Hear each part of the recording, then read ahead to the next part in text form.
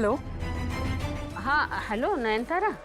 अगं काय झालं ग एवढ्या रात्री फोन केलास? म्हणजे सगळं ठीक आहे ना?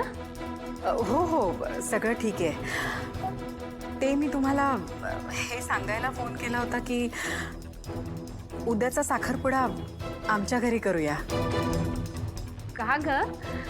आणि तसंही साखरपुडा मुलीच्या घरी होत असतो. त्यातून तुझी तब्येत बरी नाहीये आणि साखरपुडा उद्याच आहे. एवढी सगळी तयारी कशी करणार तू? हो माहिती आहे मला, पण मी गुरुजींशी बोलले. त्यांना विचारलं मी, ते म्हणाले चालेल. आणि तुम्ही काळजी करू नका. उद्या आहे ना एंगेजमेंट. माझ्याकडे भरपूर वेळ आहे, होईल सगळं मॅनेज. तुम्ही कळवाल मग घरी सगळ्यांना? ठीक आहे. आता म्हणजे तुझा हट्टच असेल तर मी कशी नाही म्हणणार.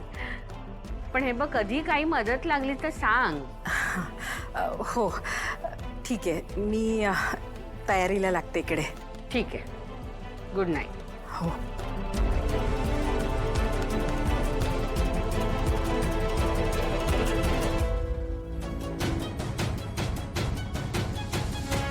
मॅडम,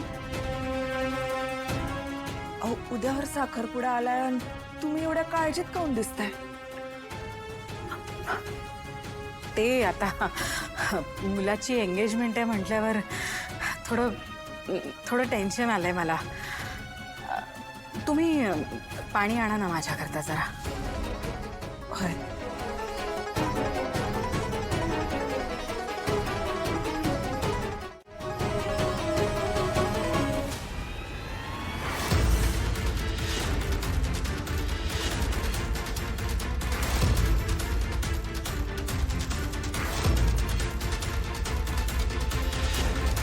तू इथून जाताना तर मोठ्या तोंडाने बोलून गेली होतीस, मी तुमच्या घरात पाऊल पण ठेवणार नाही. पण मी शब्द देतो, यापुढे मी तुमच्या घरात कधी मी पाय ठेवणार नाही. काय झालं मग? स्वतःचं वचन मोडलंस आणि आता निर्लज्जपणे इथे माझ्या समोर उभी आहेस. काय झालं ग? कुठे गेला तुझा मान स्वाभिमान? चल निघ इकडनं. होय, मला माहित आहे मी माझं वचन मोडलंय, पण मला आत्ता तुमच्या संग बोलणं लई महत्वाचं आहे. प्लीज मला फक्त 2 मिनिटं द्या. मला माहित आहे उद्या ऋषी सरांचा साखरपुडा आहे ना. आणि एक मिनिट. हे माझ्या घरचं पर्सनल मॅटर आहे. बाहेरच्यांचा याच्याबद्दल मला काहीही ऐकायचं नाहीये, कळलं? मॅडम प्लीज फक्त 2 मिनिटं ऐकून घ्या. मला कळतंय जे. एक मिनिट. तुझ्यामुळे ना काय करावं लागतं. आज आजी समोर तुझा हात पकडावा लागला. सगळा हात खराब झाला. काय काम आहे? सांगते ना बाबू, इतकी कसली गाई आहे तुला? सांगते मी तुला का. थांब जरा. आज तुला दिवसभर माझा नोकर बनून राहायचंय. माझा नोकर. आज ना माझी एंगेजमेंट आहे.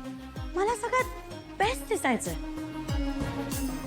मला ना इतकं सुंदर दिसायचंय की माझ्याशिवाय रिशने कोणा दुसऱ्याकडे पाहिलंच नाही पाहिजे. आणि आज इव्हनिंगला ना मला तुझा सॅड फेस बघायचा आहे. तुझ्या फेसवर 12 वाजताना बघायचा आहे. तुझा जेलस फेस बघायचा आहे. मला ना खूप मजा येणार आहे. काय ग गावच्या काम करायला आली आहेस ना? काय काम देऊ तुला?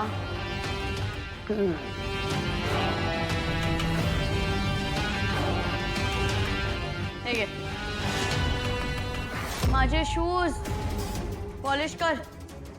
चल शूज साफ कर. चल लवकर. नोकर बनवून आली आहेस ना? आणि हा नीट करा. मी यापैकी आज एंगेजमेंटला कुठलाही पेअर घालू शकते. So do it quickly. Anika Mahajan. हे आई ऐक, मला ना सकाळपासून खूप धडधडत आहे ग. काही प्रॉब्लेम तर नाही होणार ना? अगं एवढा विश्वास नाहीये का माझ्यावर तुझा? सारखा काय डाऊट घेतेस तू माझ्यावर? अगं डाऊट नाही घेते ग, जे मनात होतं ते बोलले. ठीक आहे, होईल होईल, सगळं नीट होईल, सगळं नीट होईल. आता मी त्या नयनतारावर डावच असा काही टाकलाय ना, असं काही जाळं टाकलंय ना की त्यात ती पुरती अडकून गेलेली बाहेरच पडू शकत नाहीये.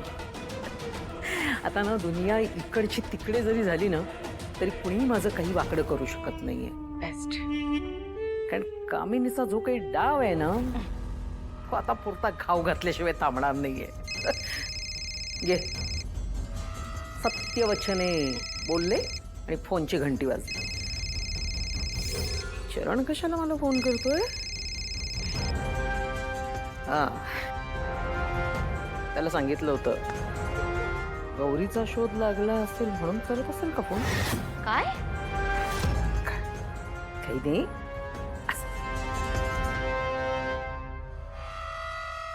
हा चरण बोल.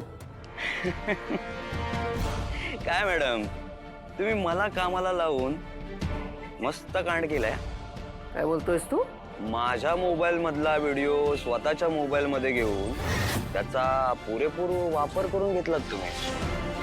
तो व्हिडिओ चक्क नयनताराला दाखवून तिला ब्लॅकमेल करून अनिका आणि ऋषीचं लग्न लावताय. वा मॅडम, वा वा वा, कमाल. अच्छा अच्छा, म्हणजे तुला कळलं तर. कसं आहे ना मॅडम, चोरी जास्त काळ ना लपून राहत नाही. चोरी पकडली गेली की तिचा मोबदला तर द्यायलाच हवा ना. काय? मला याचे पैसे हवे.